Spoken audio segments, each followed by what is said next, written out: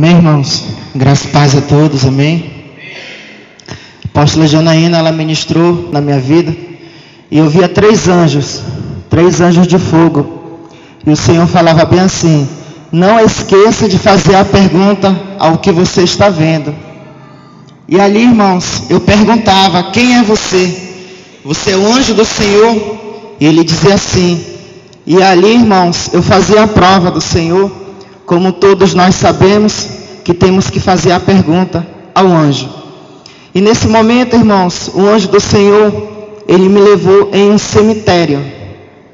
E quando eu chegava ali, irmãos, o anjo do Senhor, ele segurava na minha mão, um anjo de fogo.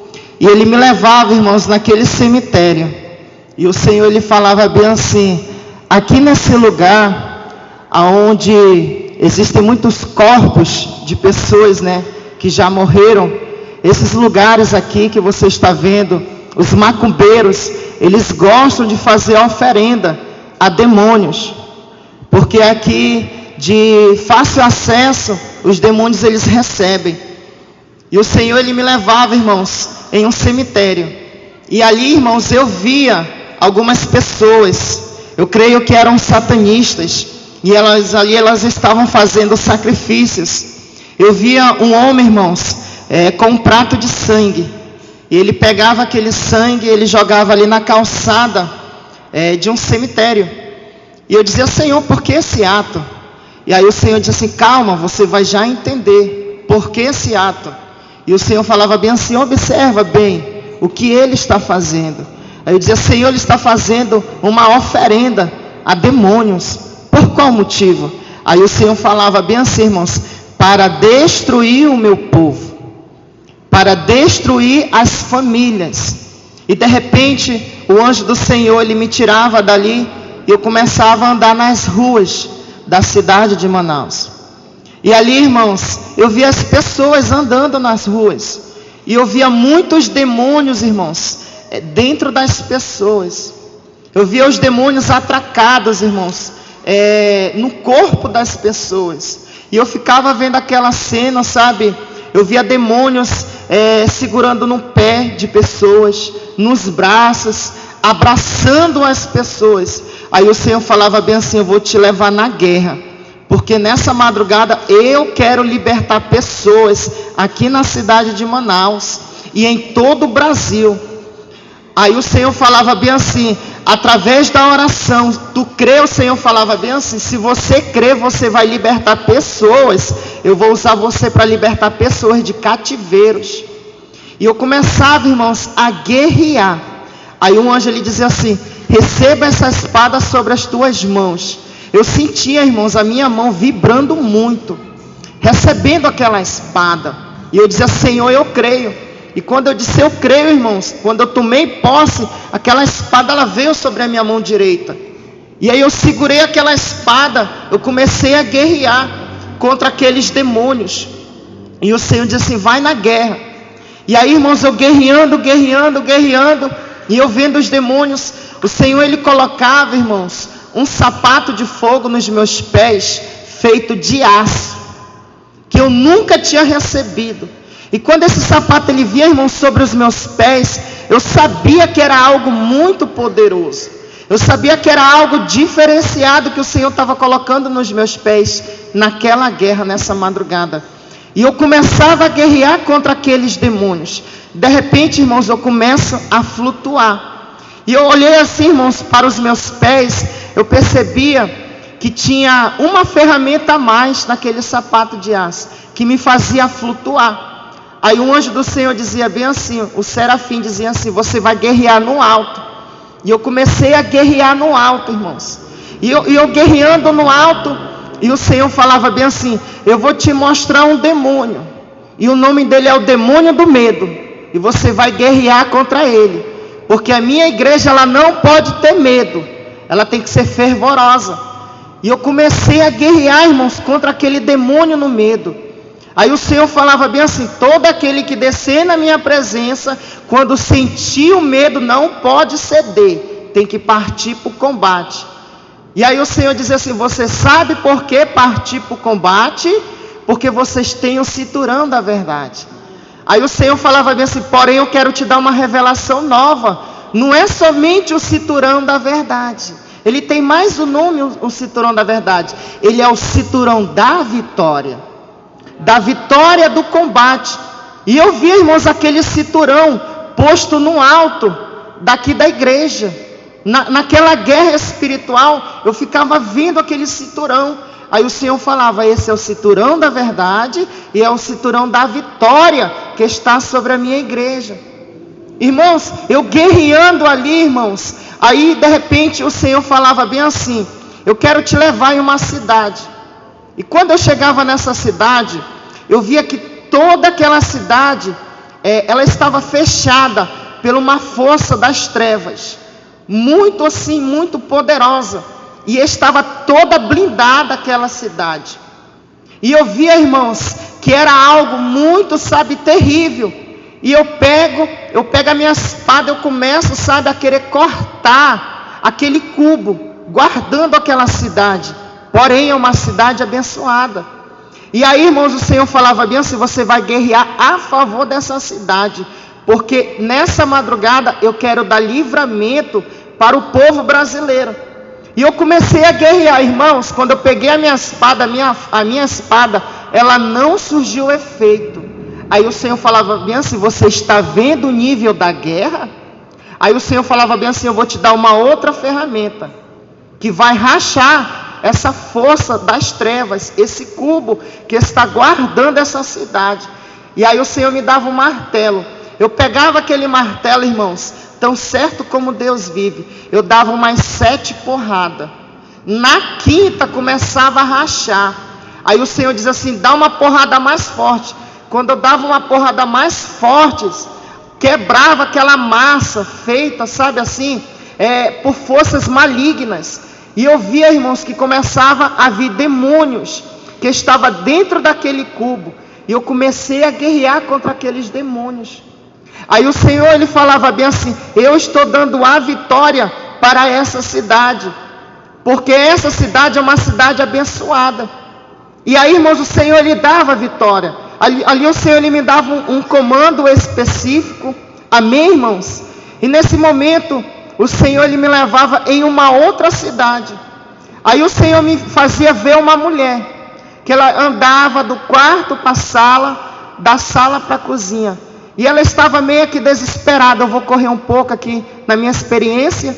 E eu via os demônios, irmãos, falando no ouvido daquela mulher, falando, E aí o Senhor falava bem assim: espírito de loucura, por conta da desobediência, por conta da desobediência, por conta da rebeldia e por conta da mentira. Aí o Senhor falava bem assim: diga para todo o meu povo, não voltai para a desobediência, não voltai para a mentira e não voltai para a rebeldia. O Senhor lhe falava dessa forma. E de repente, irmãos, aquela mulher morria na minha experiência. E eu via o marido dela velando ela. Aí o Senhor falava: você está vendo? Rebeldia. E ali, irmãos, eu via aquela cena, Aí o Senhor dizia assim: agora eu vou te levar lá no inferno, que você vai ver a tortura daquelas pessoas que voltam para a desobediência. Irmãos, quando eu chegava no inferno, o Senhor, ele me levava em um lugar que existia várias placas. Placas de quê, irmão Edilson? Placas de sinalização, sinalizando um local que era de tormento. E eu via, irmãos, um homem que ele estava de cabeça para baixo, dentro de um buraco. E eu via os demônios abrindo a boca dele e enfiando facas dentro da boca dele. Aí o Senhor falava bem assim: não voltai para a mentira, não voltai para a desobediência, porque esse é o castigo. E eu comecei a ver, irmãos, o cenário, e tinha várias setas de sinalizações, indicando um local de tortura no inferno. Ali, irmãos, aquele homem, ele estava de cabeça para baixo, os demônios abriam a boca dele e começavam a colocar faca na boca dele. De repente, irmãos, a cabeça dele inchava, começava a inchar. E eu olhava para o alto, eu via uma bola de aço. E o que suspendia essa bola era correntes. E eu olhei assim, irmãos. Aí o Senhor falava bem assim: você se assustou? Assim é no inferno. Diga para a minha igreja: se assustai mesmo. Se assustai mesmo com o inferno, porque ele é real. O Senhor falava: além de se assustar, criai o temor pela santa doutrina que vem da minha parte. Aí ali, irmãos, eu via que aquela bola de aço caía em cima do corpo daquele homem e esmagava o corpo dele. E ali os demônios pegava ele, jogava ele no chão, e ele entrava em pânico, como se ele tivesse em convulsão, e os demônios entrando dentro do corpo dele. Aí ali o Senhor, ele segurava na minha mão e me tirava do inferno, e ele dizia pela terceira vez: não voltai para a mentira, porque eu estou perto, assim como a minha serva falou, a apóstola Ellen Janaína, que estamos vivendo no tempo de João Batista. Assim é a igreja que eu quero usar. Aí o Senhor, ele falava bem assim: João Batista, na sua simplicidade, eu usava ele. Assim eu quero usar o meu povo. Aí o Senhor falava bem assim: ele comia mel e comia gafanhotos. Simplicidade, mas era cheio da minha palavra. Essa é a igreja que eu quero usar nos últimos dias. Essa foi a minha experiência, irmãos.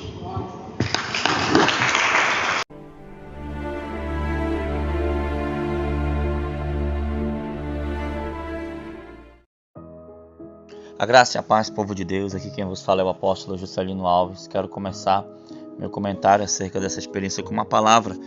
1 Samuel capítulo 15, versículo 22 diz assim: porém Samuel disse: tem porventura o Senhor tanto prazer em holocaustos e sacrifícios, como em que se obedeça a palavra do Senhor?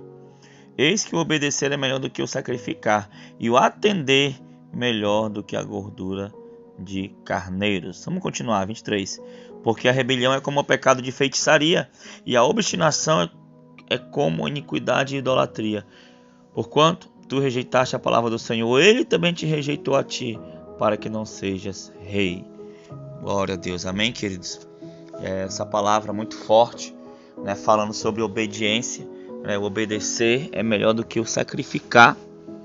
Sabe, queridos, o Senhor, ele tem dado revelações tremendas, o Senhor, ele tem dado revelações poderosas. Sabe, queridos? E assim como as pessoas no tempo de Jesus, até mesmo no tempo dos profetas, dos apóstolos também, negligenciavam, né? Chamaram Jesus, chegaram a dizer que Jesus operava milagres por Beelzebu, né? Imagine, né, que eles vão falar, né, dos servos do Senhor que não falavam, né, que não falam. Sabe, que então muitas pessoas têm ouvido, né, a mensagem de Deus, ouvido os recados do Senhor, e, né, como tem uma expressão aqui em Manaus, entra no ouvido e sai no outro. Sabe, não atentam, negligenciam, e o Senhor tem chamado nossa atenção à obediência. O Senhor tem nos chamado, sabe, para viver no centro da sua vontade.